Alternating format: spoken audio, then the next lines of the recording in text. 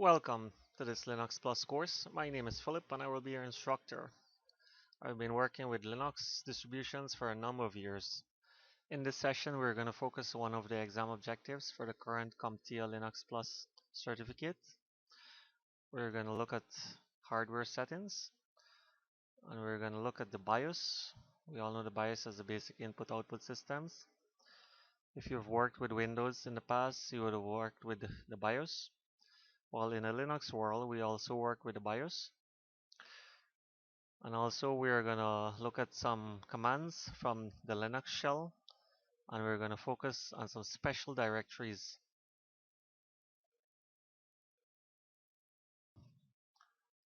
Now for my peripheral settings, usually it's gonna be under the advanced menu. Now when I'm at the advanced, I'm using my left and right arrow keys. To go down in the advanced menu, I need to use my up and down arrow keys. Now under I/O device configuration, if you look to the right, you will see peripheral configuration in the right column. So I'll press the enter key. Now under the I/O device configuration, you can see there are settings for the parallel port, your serial ports, your floppy disk controller, and so on. Now modules. If you're coming from the Windows world, you would remember drivers. Whenever you install the hardware, you would normally get a CD that comes with the hardware, and you would install it in order for the Windows kernel to understand the hardware and for them to communicate. Now, in the Linux world, we call these drivers modules. Now we can load and we could also unload the modules in real time without shutting down the system for within the Linux kernel. The /sys directory. This directory contains system-wide device information and statistics that the kernel stores on boot. It's a very useful directory. We can look for things like, let's say if we want to know if a cable is plugged into an interface, we could actually get that information here. Let's take a look at this. I'm going to use the cat command.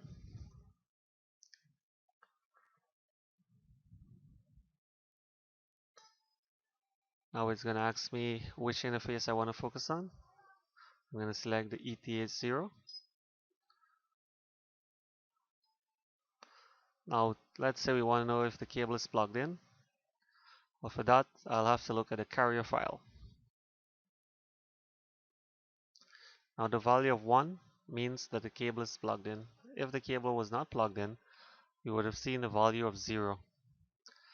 Now if we want to know if the interface is up operationally, I'm going to use my up arrow. I'm going to take out the carrier, and we're going to look at the upper state file.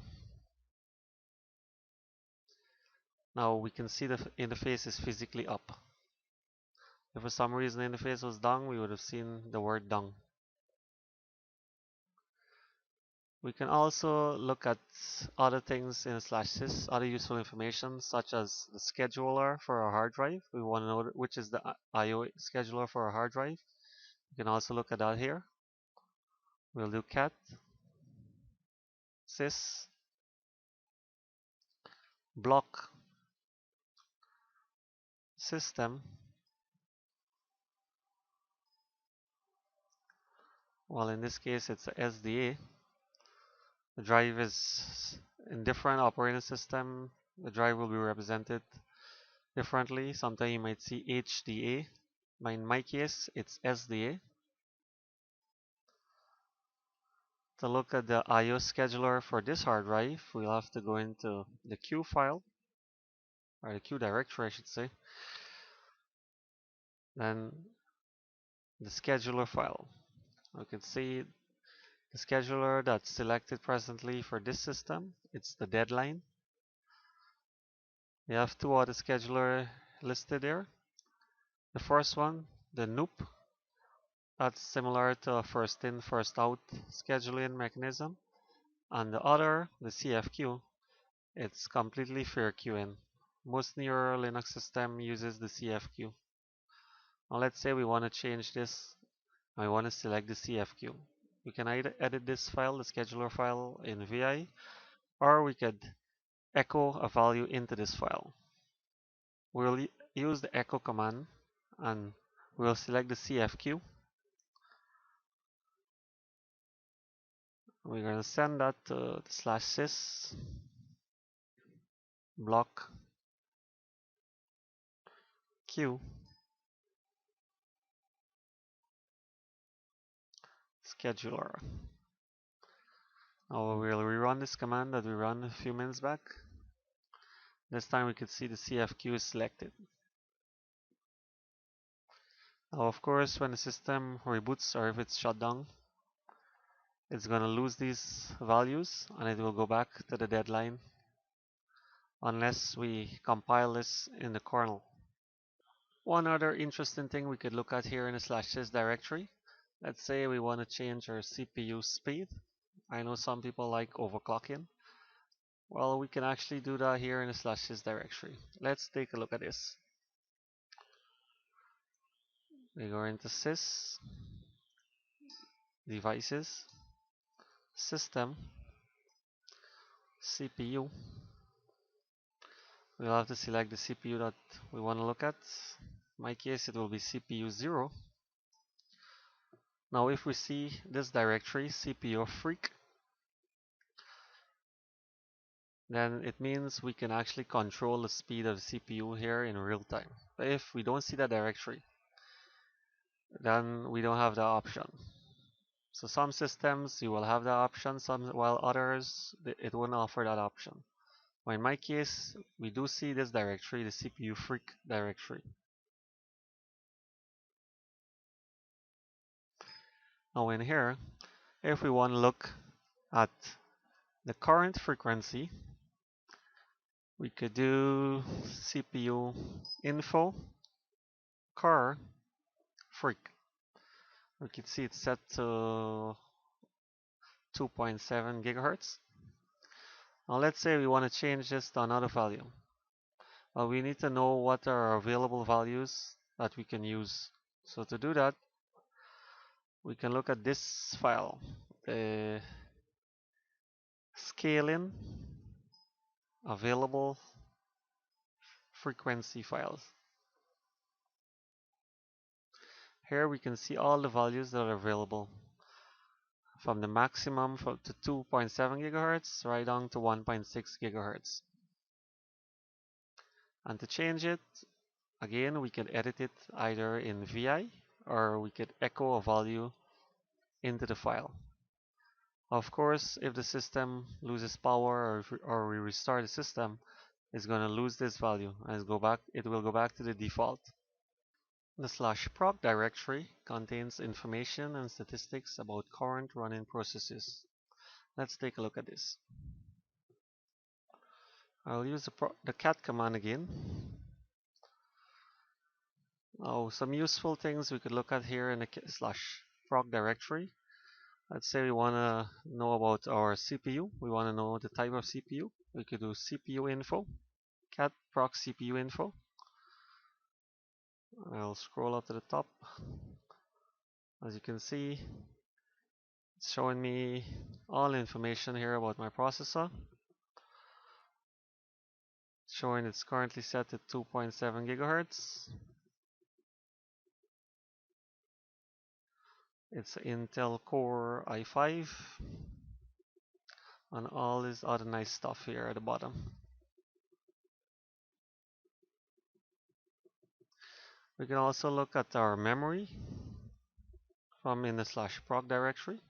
You do mem info, cat proc mem info, and it's going to tell us a lot about how our memory is being used and how many memories we have free. You can see here I have just over 8 gigabytes of memory. We could also look at interrupts from the /cat directory, the /proc interrupt directory. So it's going to be cat proc interrupts. I'll scroll to the top a bit so we could see all the interrupts started from 0 coming down on all the different devices that are assigned to the different interrupts.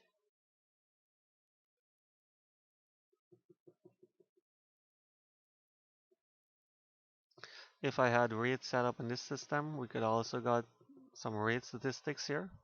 I would do mdstat, but currently there is no RAID set up in the system.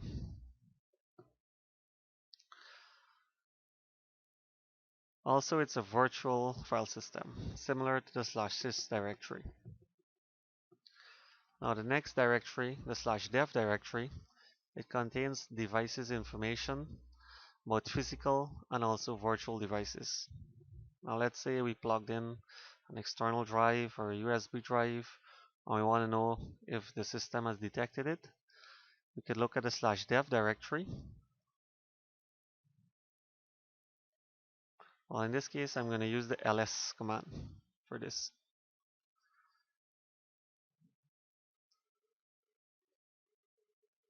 You can see a lot of output coming out with this command. Now if I had plugged in a USB drive or an external drive, we would be looking here just under the TTY section here. In this case, I haven't plugged in any USB devices or any external drive. Also, we could look for physical drives here. In my case, it's SDA1. We can also see partitions that have been associated with this drive. Okay, SDA1, SDA2, SDA5. If I had a floppy drive, it would show up here also.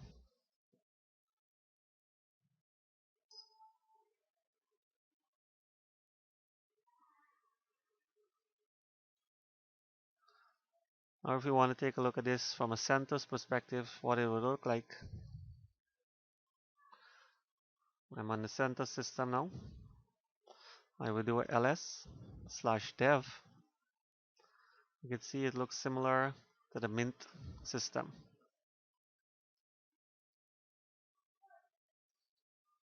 I'll pipe this out to the less command. So I could see it one page at a time. And I could scroll down.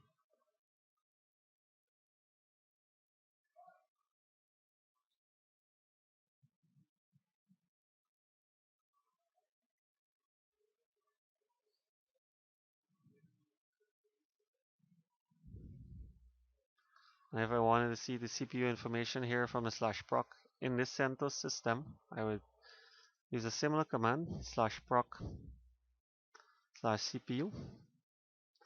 You can see it looks similar to that in the Linux Mint system.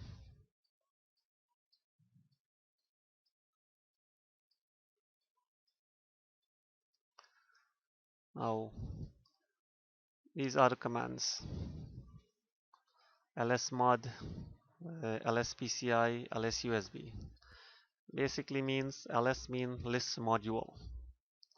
If I run this lsmod command, it's going to show me all the modules that the Linux system has loaded.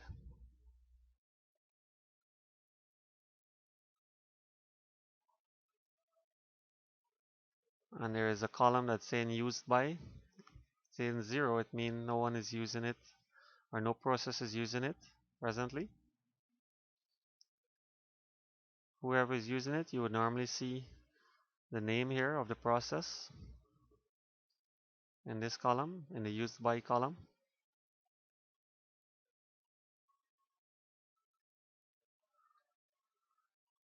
And the lspci is if we want to see all our PCI information that the Linux kernel knows about. You can see a lot of information here coming back from this command. You can also do the lspci-v, the verbose. The V stands for verbose.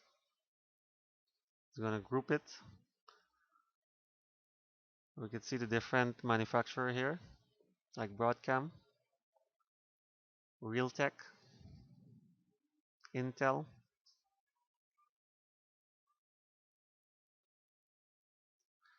the LSUSB is for USB devices. So I will do ls USB. Again, this is everything that the Linux kernel knows about. And I can also use the -v for verbose. It's going to group it again, similar to the lspci with a -v, and give me more information.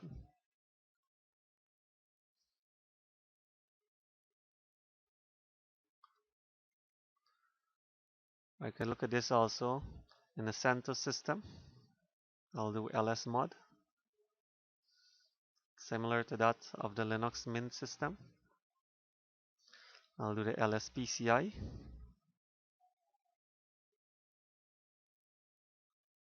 Well, this particular system doesn't support the PCI, the lspci.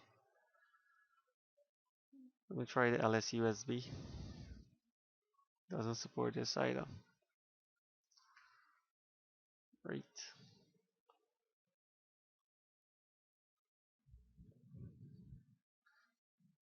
So back on the Linux Mint system,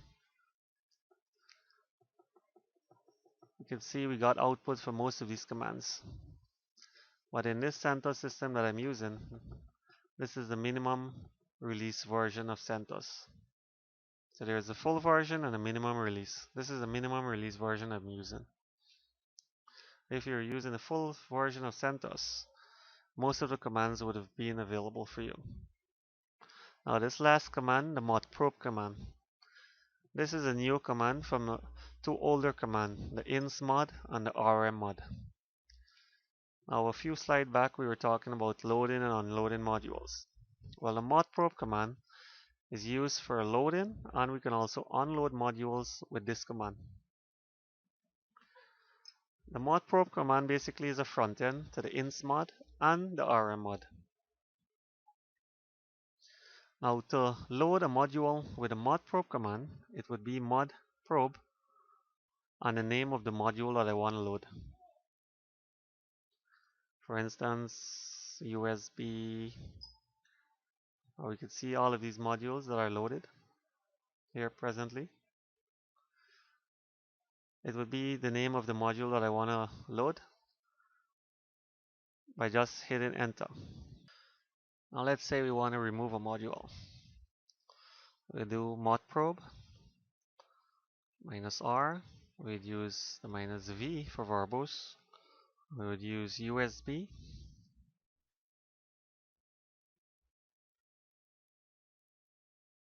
TV.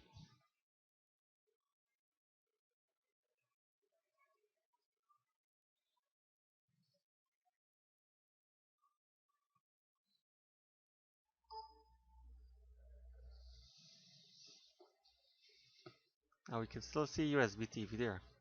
But if we try modprobe with a -v and USB TV, you can see it is called the insmod. So just now when we ran the modprobe with a -r and a -v, it actually removed the module, although we were seeing it here in the output. And then when we ran it back with the -v, it called the insmod in the backend. So as we can see, the modprobe is just a front end to the insmod and the rmmod. Finally, we've reached the end of this session. We've touched on ways that we can go about manipulating our peripheral devices from within the BIOS and also from within the Linux shell. We also looked at a few special directories. I encourage you to get a copy of a Linux distribution, either the CentOS or the Mint, and practice for a few times. Also, you can look at this recording a few times until you're comfortable with it. And if you have any questions, please feel free to leave your comments. Be sure to check out the other topics that I'll be covering in future videos. Until next time, this is Philip Inchinali. Thank you for viewing.